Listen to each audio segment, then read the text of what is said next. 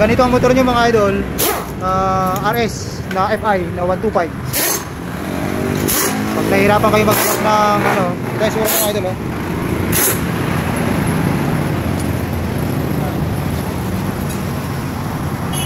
Kung nahihirapan kayo maghanap ng rear sprocket o sprocket set, pwede na dyan mga idol yung ano, pang XRM Wave 125 old mga idol, yung 125. Magbabawas lang kayo ng konti dito sa kanyang sprocket mounting mga idol. Yun lang, maraming salamat mga idol, magandang tanghali. Meron tayong ano ngayon, gagawin. Bali itong motor ay RS125 FI mga idol. So wala tayong mahanap na pang sprocket, rear sprocket ng pang RS125 na Honda. Itong gagamitin natin mga idol, yung pang wave, para hindi na mahirapan maghanap si sir ng sprocket set. Kasi parehas din naman na 125 yan. Ang pinagkaiba nga lang mga idol, ito ay FI. Ito yung kinakabit natin na to. Ito ay pang carb mga idol. Pang XRM, XRM 125 din mga idol. XRM 125 yan mga idol.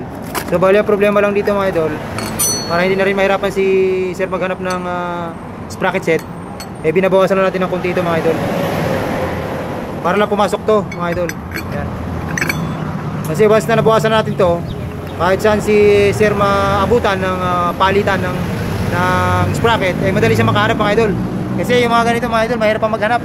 Pupunta ka pa sa kasa mga idol, yung order pa, so matagal bago tumating. Ang maraming available lang mga idol ay yung mga ganito na pang wave XRM na 125 mga idol. So parehas din sila mga idol. Ang problema nga lang, yun dito lang mga idol, sa sprocket mounting.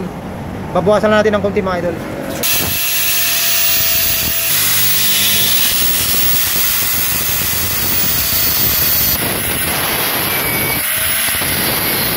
Lagi na namin ginagawa ito mga idol eh.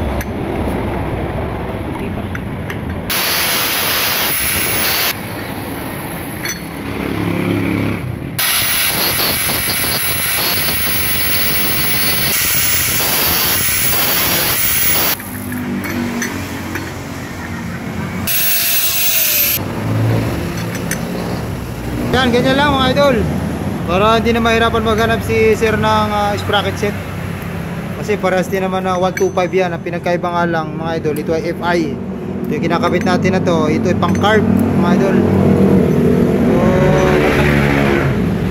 pag ganito ang motor nyo mga idol, RS na FI na 125, pag nahihirapan kayo maghanap ng ano, test mo mga idol, oh.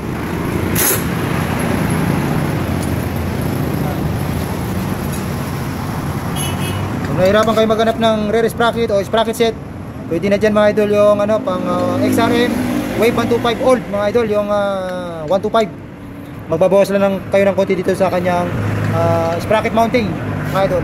Yun lang, maraming salamat.